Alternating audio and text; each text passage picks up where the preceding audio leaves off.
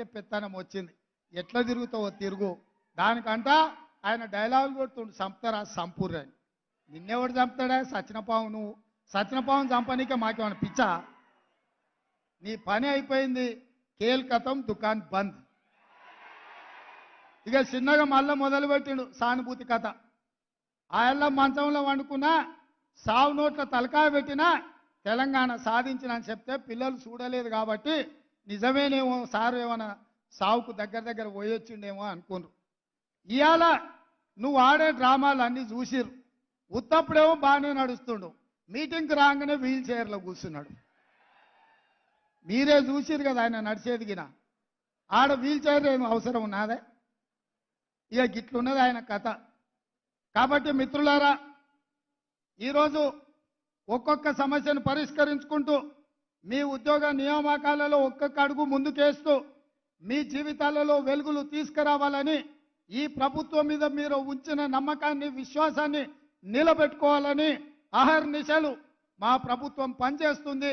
ఏ తప్పు జరగకుండా, ఎవరికి నష్టం లేకుండా రాబోయే రోజుల్లో 2 లక్షల ప్రభుత్వ ఉద్యోగ ఖాళీలను భర్తీ చేసే బాధ్యత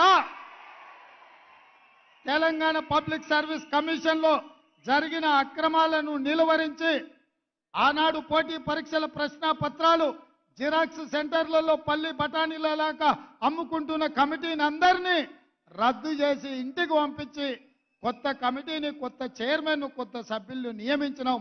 అందుకే ఇవాళ గ్రూప్ 1 పరీక్షల్ని 10 ఏళ్లు నిర్వహించలేదు. ఈరోజు 567 గ్రూప్ 1 పరీక్షల్ని నిర్వహించడానికి మా ప్రభుత్వం మంజూరు చేసింది. ఈ 10 ఏళ్లు నియామకాలు చేపట్టకపోవడం వల్ల వయసు మీరి ఊరికి పోలేక ఉన్న నిరుద్యోగ యువకులకు 44 సంవత్సరాల నుంచి 46 సంవత్సరాలకు వయసు పొడిగించి ఎవరికి నష్టం జరగొద్దన్న ఆలోచనతోటి అందరికి అవకాశం కల్పించినాం. అందుకే నిరుద్యోగ యువకులారా, ఈ తెలంగాణ రాష్ట్రం మీది. ఈ రాష్ట్రాన్ని సాధించుకున్నది మీరు. మీకోసం పనిచేయడానికి, మీ సమస్యల్ని తీర్చడానికి ఈ ప్రభుత్వం సిద్ధంగా ఉన్నది. ఏ విధంగా అయితే పబ్లిక్ సర్వీస్ కమిషన్ నుంచి పోటీ పరీక్షల నోటిఫికేషన్లు విడుదల చేస్తామో, పోటీ పరీక్షలకు ప్రిపేర్ కాండి, మీరు సన్నద్ధులు కాండి. ప్రభుత్వంలో, ప్రైవేట్లో ఉద్యోగ ఉపాధి అవకాశాలు కల్పించే బాధ్యతగా నేను తీసుకుంటా. మీకోసం కృషి చేస్తా. రాబోయే 10 సంవత్సరాలు నిరంతరం రోజుకు 24 గంటలు 10 ఏళ్లు మీకోసం కొట్లాడతా, 10 ఏళ్లు మీకోసం చేస్తా. 10 ఏళ్లు ఈ బాధ్యతలో ఉంటా. మీరు ఆశీర్వదిస్తే ఇంకో 10 ఏళ్లు కూడా ఇందిరమ్మ రాజ్యం ఉంటుంది. చంద్రశేఖరరావు, నీకు సూటిగా సవాలు విసురుతున్నా. ఈ 10 ఏళ్లలో నీ శాతనైతే ఒక్క ఎంటిక వీక్కొని చూడు, అప్పుడు నీకు తెలుస్తుంది. ఆయన ఎంబడే అధికారంలోకి వస్తా అంటుండు. రాబిట్ట ఎట్లొస్తావు? ఉంటా, నేనే కదా ఏడుకోతా, ఈయనే ఉంటా, నీ సంగతి ఏందో చూస్తా. కాబట్టి మిత్రులారా, ఆయనకు శాసనసభలకు రావడానికి అయితలేదు కానీ నల్లగొండకు పోయింది. అందుకే ఇవాళ అట్లాంటి మాటల మాయలో పడకండి. 10 ఏళ్ళు ఆయన కుర్చీలో ఉండి తెలంగాణకు రావాల్సిన నీళ్లు తీసుకురాలే, కట్టాల్సిన ప్రాజెక్టులు కట్టలే.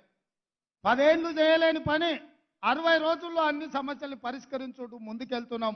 ఇవాళకి 69 రోజులు అయింది, ఏం చేయలేదు అప్పుడే ఈ ప్రభుత్వం అని ఇవాళ మమ్మల్ని శాపనార్థాలు పెడుతున్నాడు. మీరు ఆలోచన చేయండి.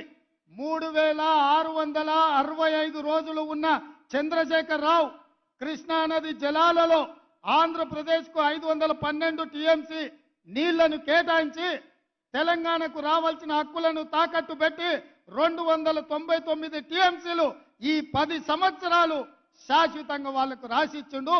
10 ఏళ్ళు ఆయన రాసిస్తే నేను వచ్చిన 10 రోజుల్లోనే ఆ నీళ్లు తేలేదని నన్ను తిడుతున్నాడు. ఇవాళ మీరు చెప్పండి, ఆయన సంతకం పెట్టడమే ఇవాళ గుదిబండగా మారింది. ఆయన శాత కాకపోతే ఏం చేయకుండా పక్కన పడేసి ఉంటే నేనే కొట్లాడి ఇవాళ నీళ్లు తెచ్చటం. ఇవాళ నువ్వు పెట్టిన సంతకాలు మా పాలిట గుదిబండగా మారినాయి, తెలంగాణ రైతుల పాలిట మరణ శాసనంగా మారింది.